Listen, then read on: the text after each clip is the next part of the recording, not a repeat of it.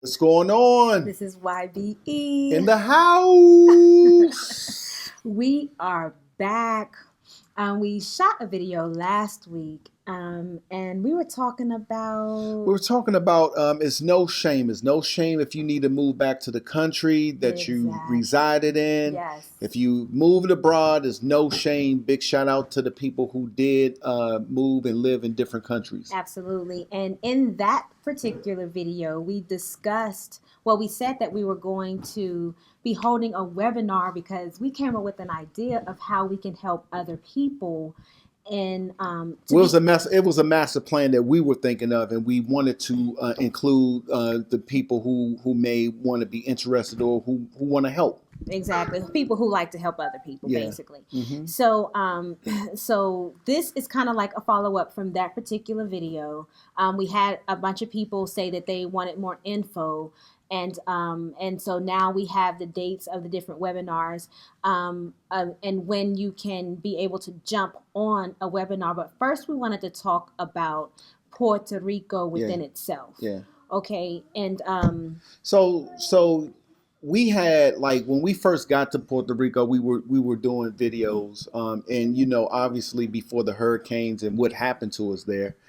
And it was like, we were getting mixed reviews about it because technically some people say that it's the United States, and technically it's not. It's a part of the United States, but what were they saying as far as a state, like the well, states? that really wasn't most people. No, it, like Mitch said, it was mixed reviews, and we really didn't want to do videos about Puerto Rico because we chose Puerto Rico. Yeah, This was yeah, a yeah, place yeah. that we wanted to be because we did our research, and Puerto Rico fit our personality. In our criteria. It fit what we were looking for, how we wanted to live our life, and so it was attractive for us.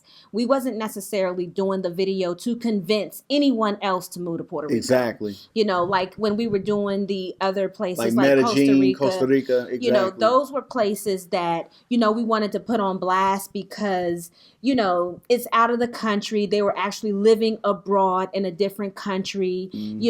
And they both had some good aspects about them if you wanted to live abroad. Yep.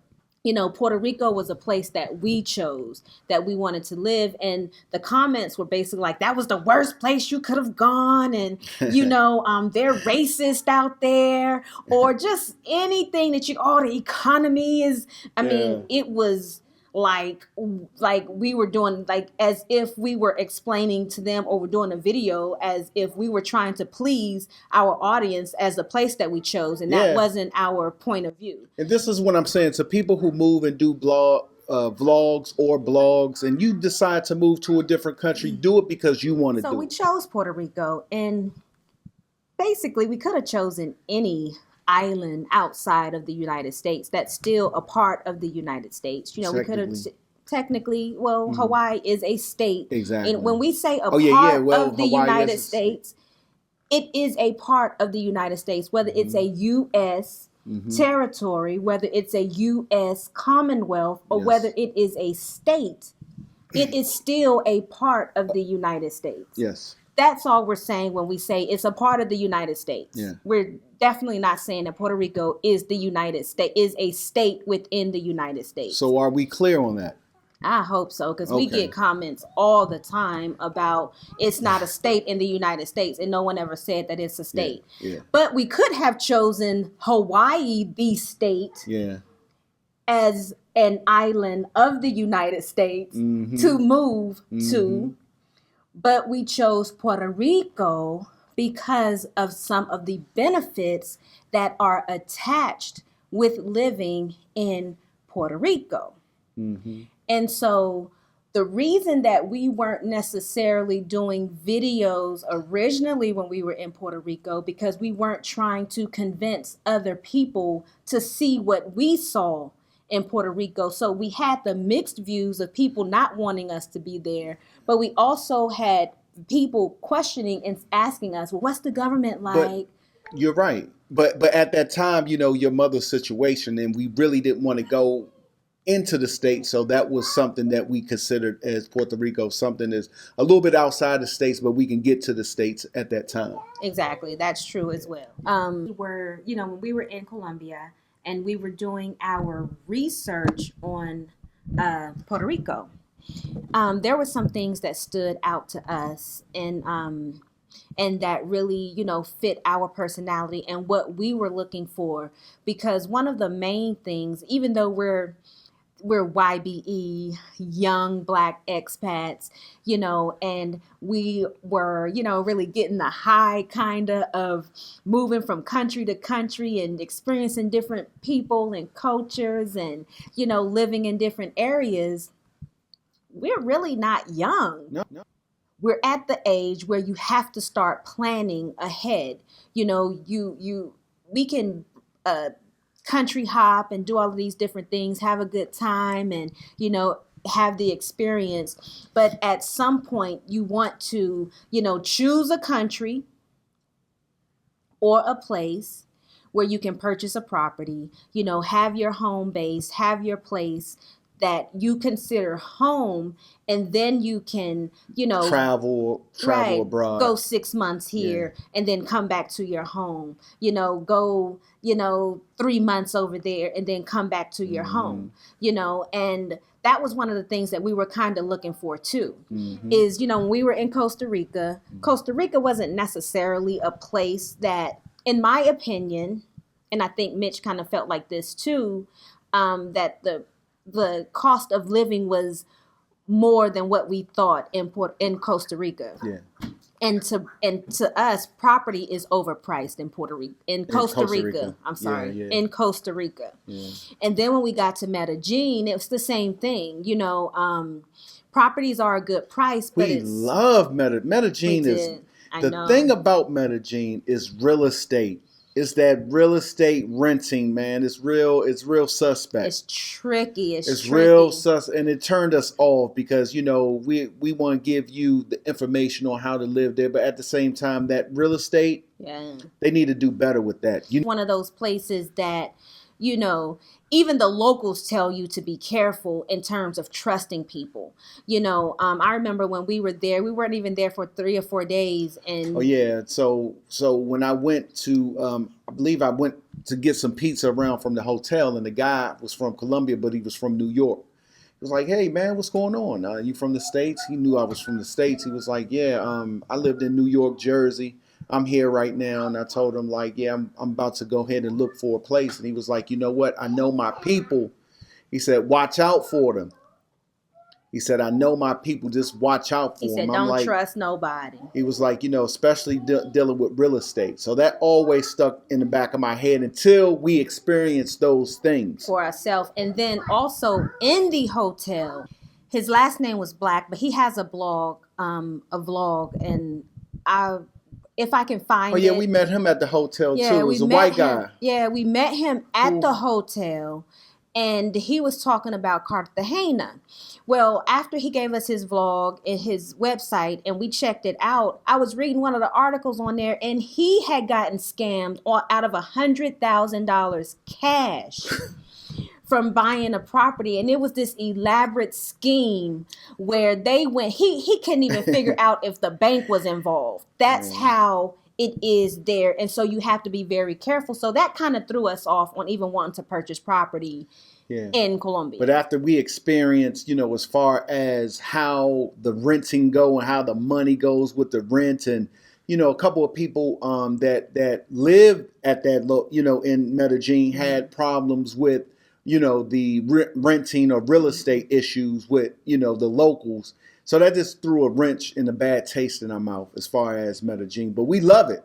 Yeah, it's a great place to go. We will be back there, and spend some time there, 3 or 6 months, just to be there, because it's the bomb. We love it. So then that leads us to Puerto Rico.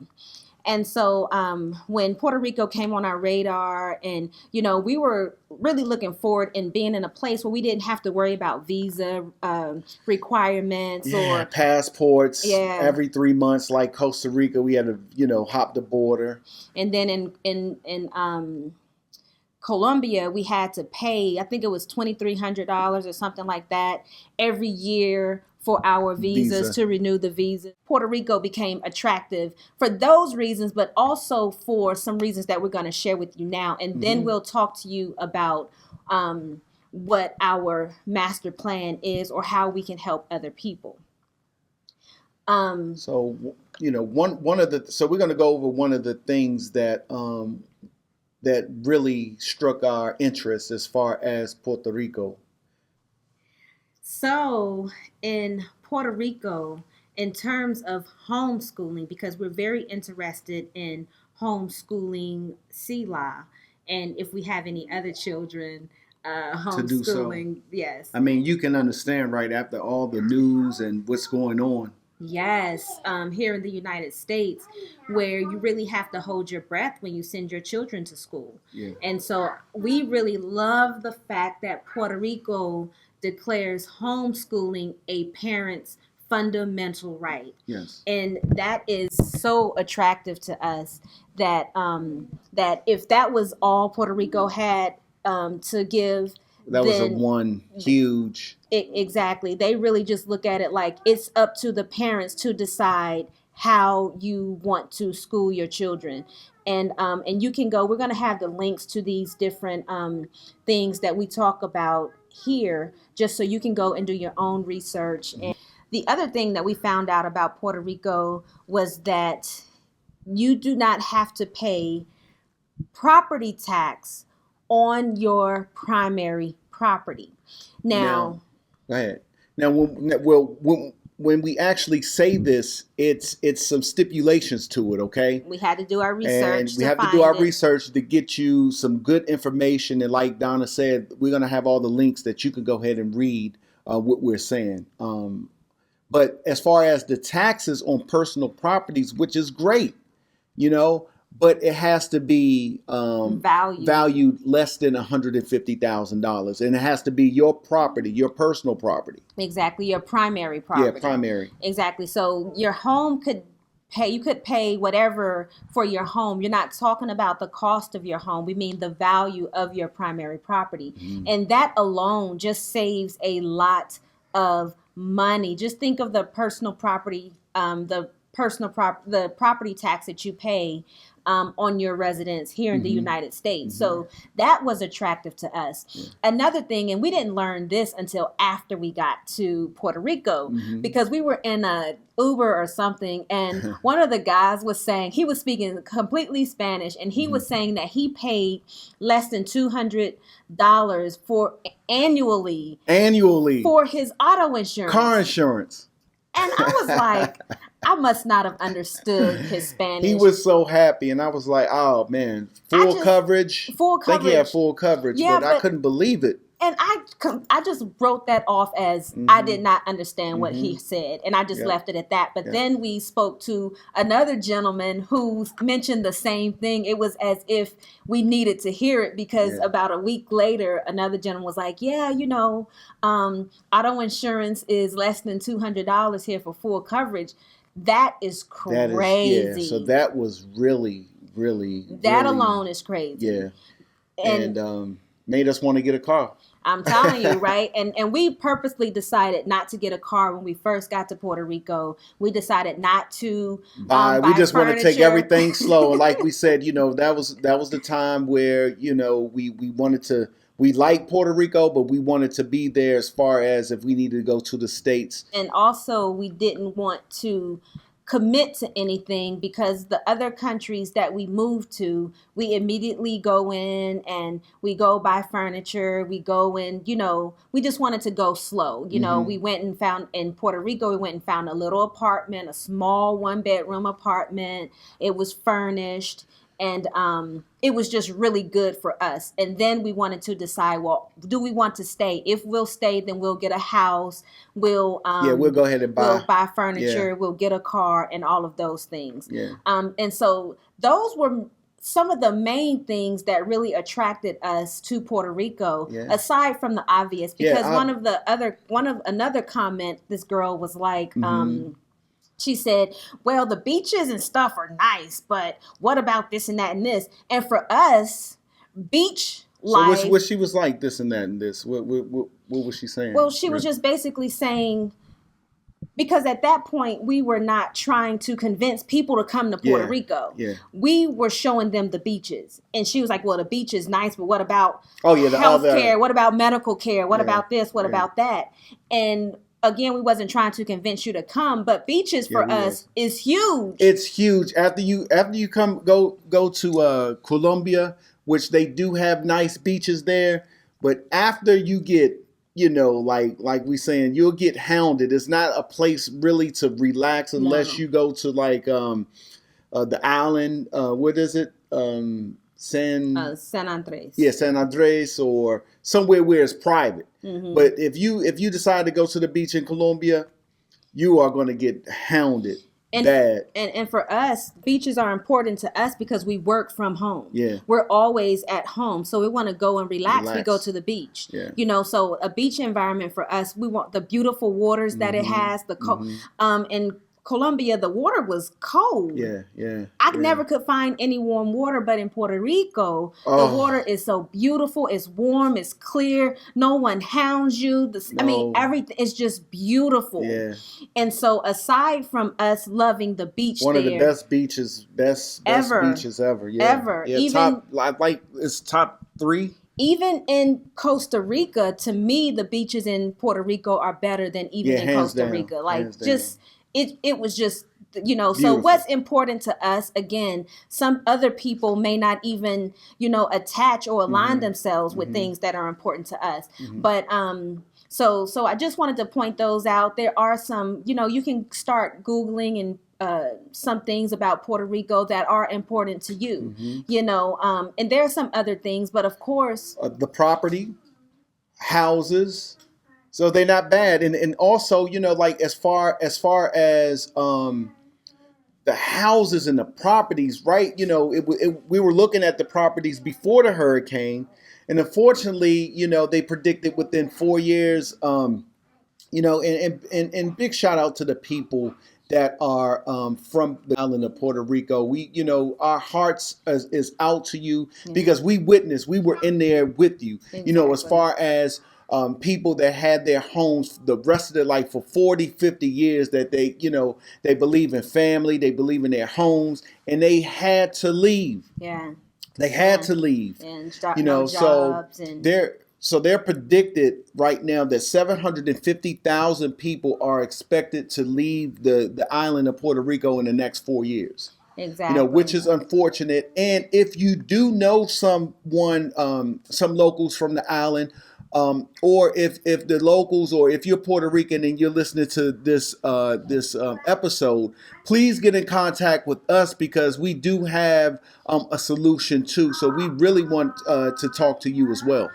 Definitely. This isn't just for us. This is for basically anybody that's watching these videos, but definitely to help the locals and the Puerto Ricans as well. This could be something that could definitely help you too. Yeah. And that the housing prices are going down. But even before the hurricanes, like Mitch was saying, they had new builds, brand new houses that they were building. And some of the locals was like, they moved in with no money down. $500 One lady, one lady said she moved in with $500. That was her down payment. Yeah.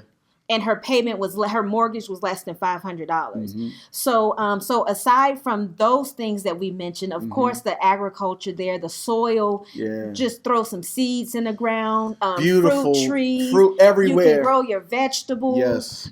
There's so many positives. Yeah, and it's good for people, like if you want to move outside of the United States. I think that is a medium between really going abroad and you're getting your feet wet, because the island is different in culture, diversity, but it also uses the US dollar. You don't necessarily need a passport. They also have familiar like stores. So they have the TJ Maxx, they have the Marshalls, they have all the stores that they have in America. And I think that will be a good transition for you to do, as far as the great beaches, as far as you're not the it's depending on where you live, but in Florida, the airfare is like from Puerto Rico to Florida is like $100 and some. $78 one way, taking Southwest. I mean, come on. Yeah, so that's a great transition. Exactly. You know what I mean? And I think that now the time is, since so many locals have been forced to move. And it's not necessarily like she said before then. They had a housing crisis before then, mortgage crisis, a mortgage foreclosure crisis. So it's a great opportunity. Mm-hmm. This is one of the best opportunities to go ahead and look at properties. Mm-hmm. It's a great opportunity to help rebuild that island. Don't abandon the island. This is a time to invest in the island. Exactly. And so with that being said, send us an email at youngblackexpats@gmail.com if you are interested in finding out more about how you could possibly move to Puerto Rico. If you want to help, the locals find a way to get back to Puerto Rico. If you're serious about helping others, if you're serious about, with the master plan that we have, we're looking for serious people. So when you email us, we definitely want to get in contact with you. Yeah, we're going to get in contact with you, but also we'll be able to give you the information on how you can hop on the webinar to see how you can help and be a part of this movement that we're embarking upon. All right. Yes. This video has been a little bit longer than we wanted, but we did want to get those things across to you, and we will see you on the next video. Peace. Peace. Hey family, thanks again for all of your support. Also check us out on Facebook, Twitter, YouTube, and Instagram. And don't forget to check out our new ebook, All the Things That You Need to Know Before You Decide to Move Abroad. Peace.